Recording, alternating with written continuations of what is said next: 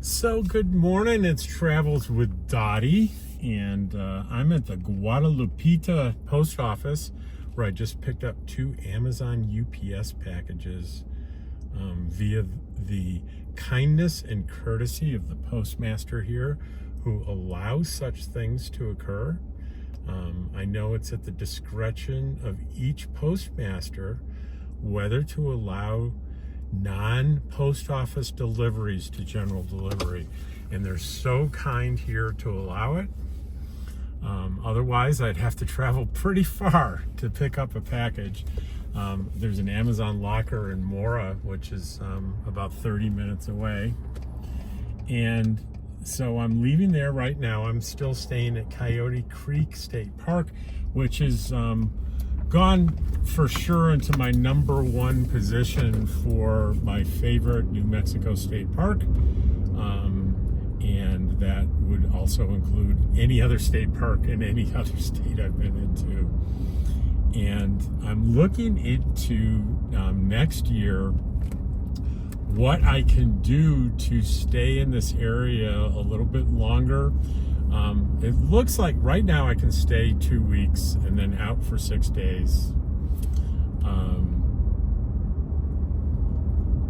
But next year it may be only 7 days in the park, and I think you might need to be out for 2 weeks. So one of the solutions is right on, we're going to pass Coyote Creek State Park here. There is a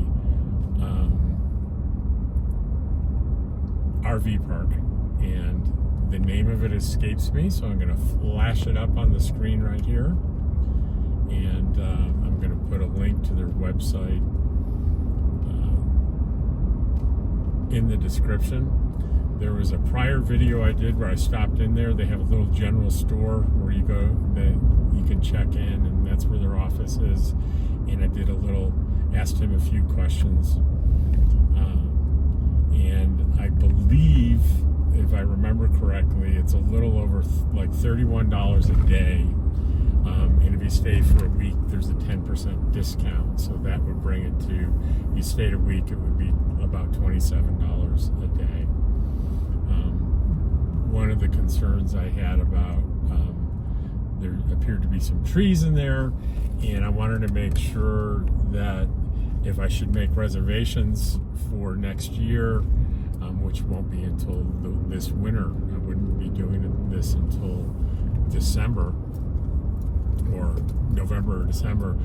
I want to drive through the park and look at the site numbers and make sure that I'm looking for ones that would not be suitable for Starlink, because the as much as I love everything up here, the only decent cell signal, if you could call it decent, would be AT&T, and where I am right now, I would not be able to do Zoom calls using it. It's not enough, so I have to have Starlink.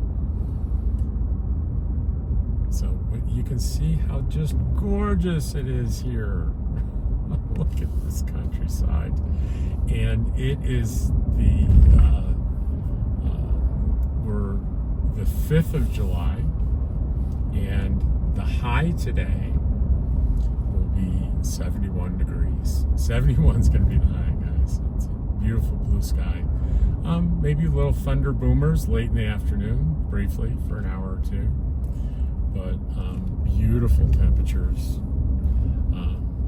When we talk in RV life, full-time RV life, of chasing 70 degrees, I caught it. I caught me some 70 degrees.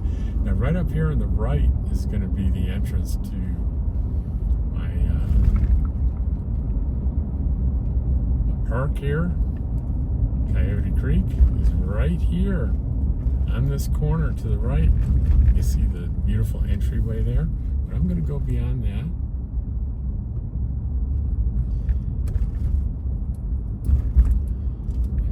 Go to the RV resort. And I've got to go slow. It's easy to miss, so it's not big, it's pretty small. I'm going to go real slow here to make sure we don't miss it.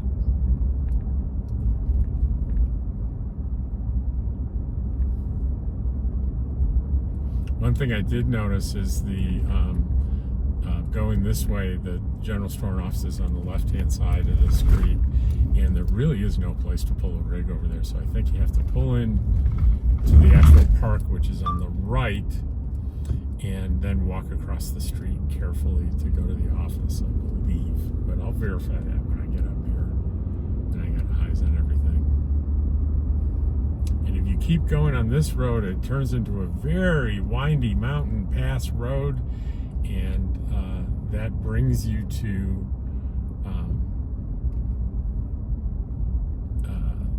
Angel Fire. So this is the RV park on the right, I believe. I think. No, not there. I think it's down here, Sierra Loop. I see the Sierra Bonita Cabins and RV Park. So this is it right here. And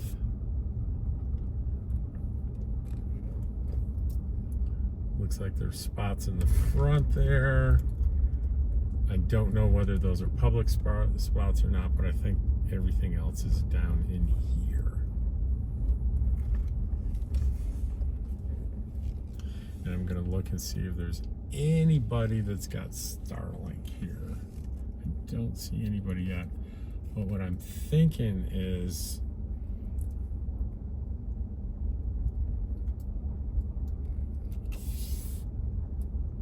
this is very, very small, guys. They're all, it's just one row. And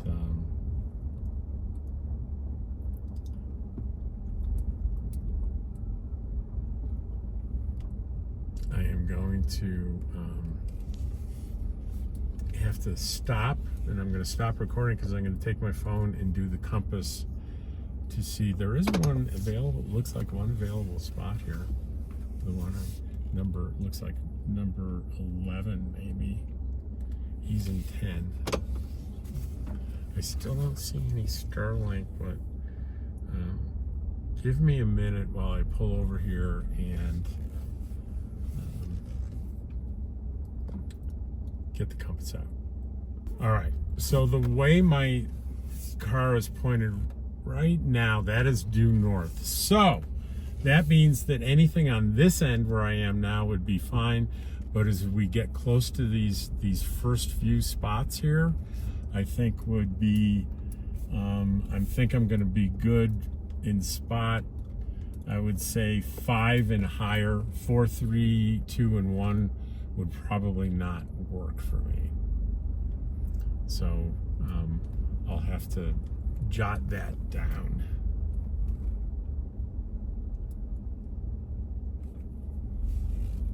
So so it looks like there's only 11 spots now. They look like there's spots here, but I don't know if these are spots for, it looks like these people have been here for a long time. It's hard to tell whether these are rental spots or not. I do not see numbers on them. So they may be longer term special things. Yeah, I don't see spot numbers on them. So right in front of us there across the street where you see all the U-Haul stuff, that building behind it is the office. You can barely see in the trees or that's where the office is, and the little general store. And the prices aren't outrageous. I went in there and I happened to need some oil for my generator, and I picked it up and he looked at the price and he laughed and he said, "This is less than I paid on my oil change." So he doesn't really mark the stuff up in there. It's more as a convenience. So here we are. That's the little RV park. It's a little tight, but it's a way to stay up here for a little while. The other alternative is to go over the mountain pass here through Angel Fire and go into Eagle Nest, which Eagle Nest State Park is there, and I could also 7.5 miles beyond that is Cimarron State Park. So I can do some bouncing between those 3 parks.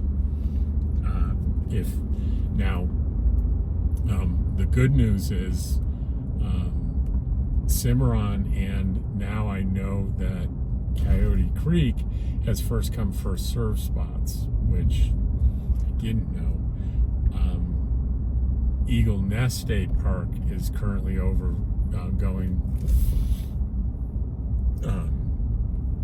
through renovations, and they're closed to camping this year because of the renovations. So I don't know if there's first come first serve there, but there is here.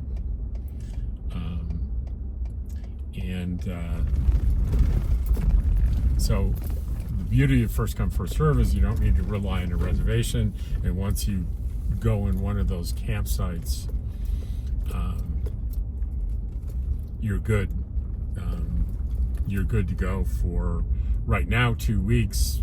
Next year it could only be 7 days. We're not sure.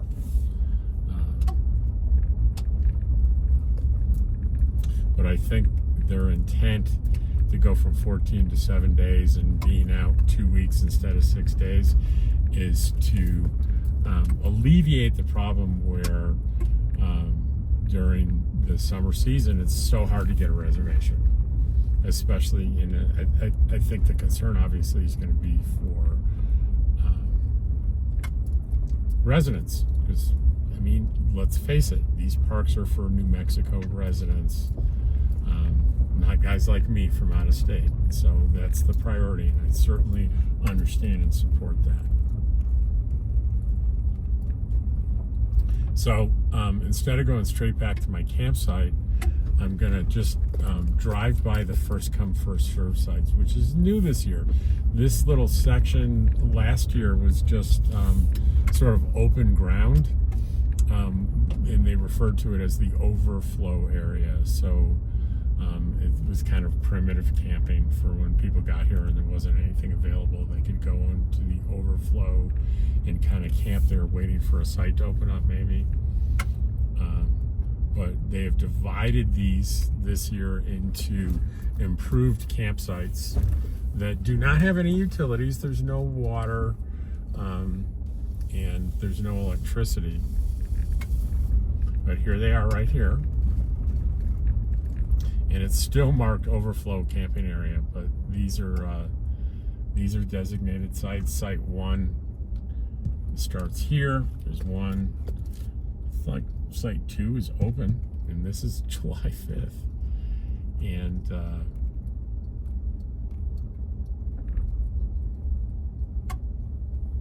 that one is open. Number 5 is open, and number 6 is open. Number 6, though, is a handicap site. Very strict. You must have a placard to do that site.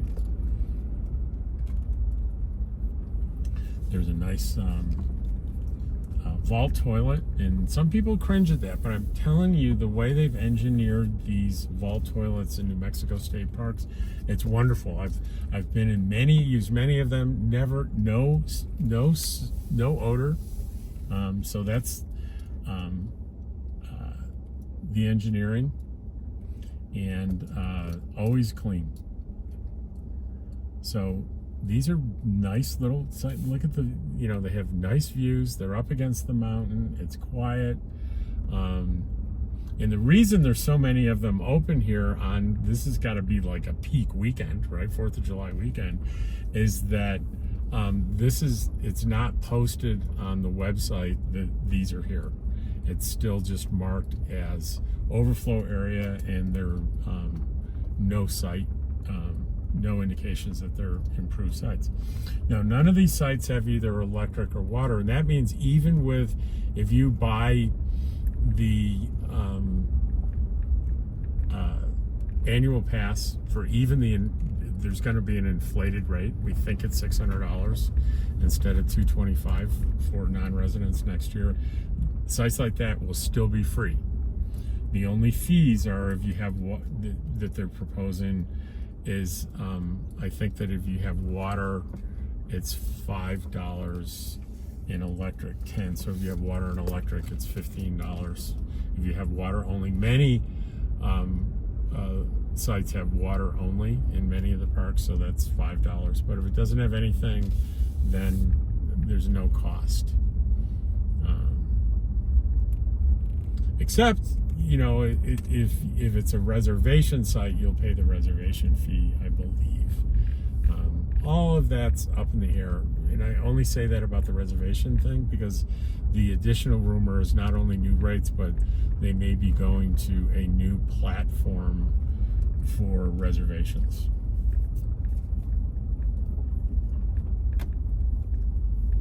A new, you know, computer platform for reservations. And here is my wonderful little site.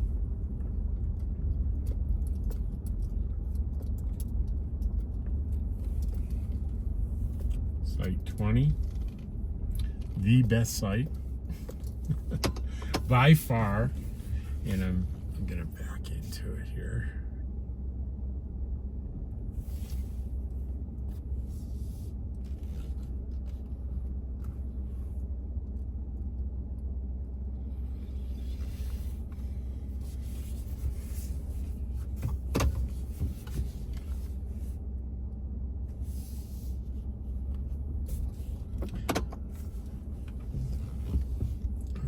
Well, I have my my packages